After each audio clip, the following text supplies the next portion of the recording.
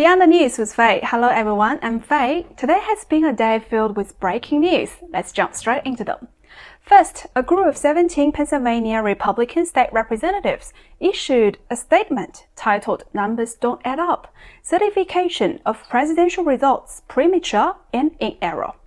In this statement, they found that the total votes casted in the 2020 election was much higher than the total voters in the presidential race, 170,000 more votes to be exact.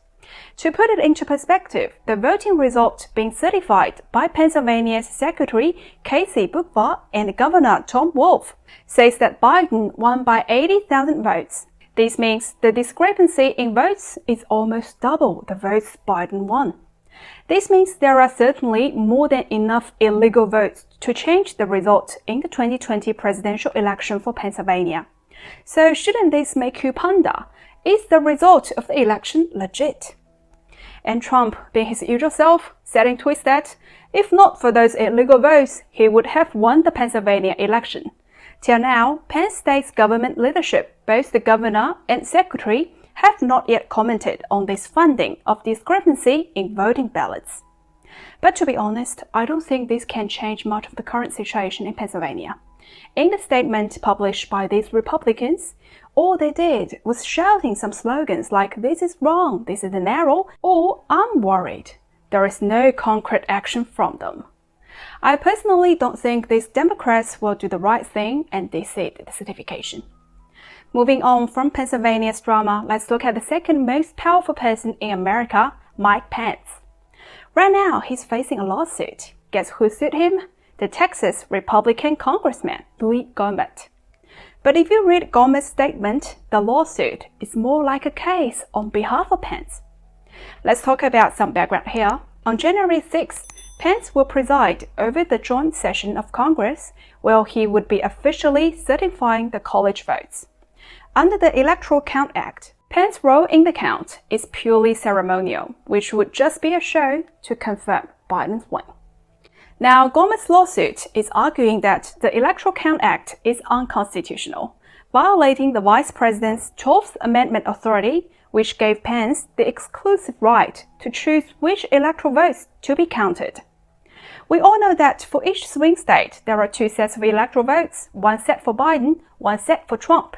If Pence can choose which set to announce, it is possible that he would re-elect Trump. How likely is this? According to various legal scholars, this scenario is certainly plausible. However, I personally think that it is highly unlikely to happen. If Pence does that, he will be making himself the public enemy number one for pretty much half of the nation. It is probably too much to ask for him.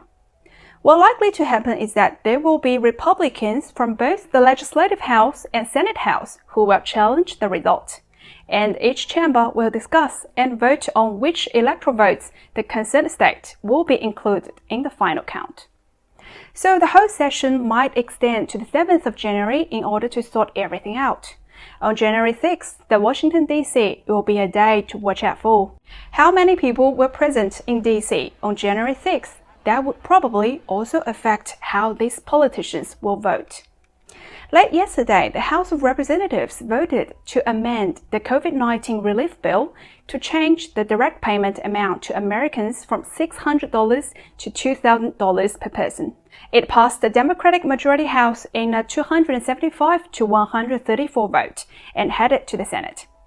This move comes after President Donald Trump used the Impeachment Control Act of 1974, which allows the president to make demands to Congress to increase the stimulus payment amount to $2,000 and remove what he called wasteful spending from the relief bill. President Trump has been constantly urging Congress to pass a measure to counter the effects of the COVID pandemic.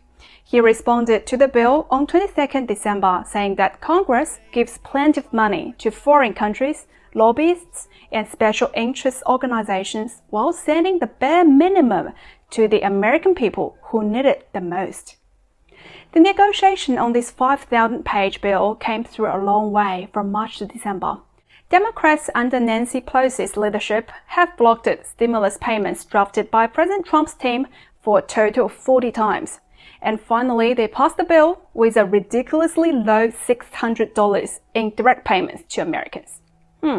Is this what Pelosi had in mind on feeding the American people when she was arguing on CNN? It's not about me. It's about millions of Americans who can't put food on the table, who can't pay the rent, and who are we having represent trouble, them, and we represent them, getting and by we represent these them, long food and we lines that we're represent seeing. them. I know we you know are. them. I'm just saying. We represent them, and we know them.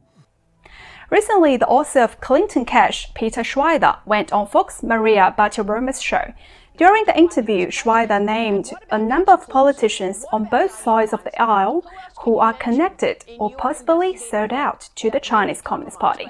They included Senate Majority Leader Mitch McConnell, Senior Democratic Senator Dianne Feinstein, and, surprise or not, the Democratic House Speaker Nancy Pelosi.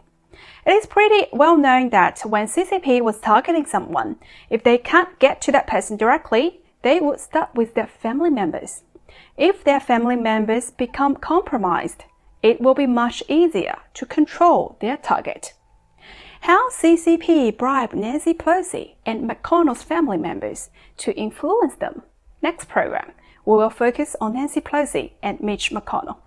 Please keep supporting our channel, subscribe if you haven't done so, and click on the notification bell. If you like the video, please don't forget to give me a thumbs up. Thank you for watching Beyond the News with Faye. I'm Faye. I'll see you very soon.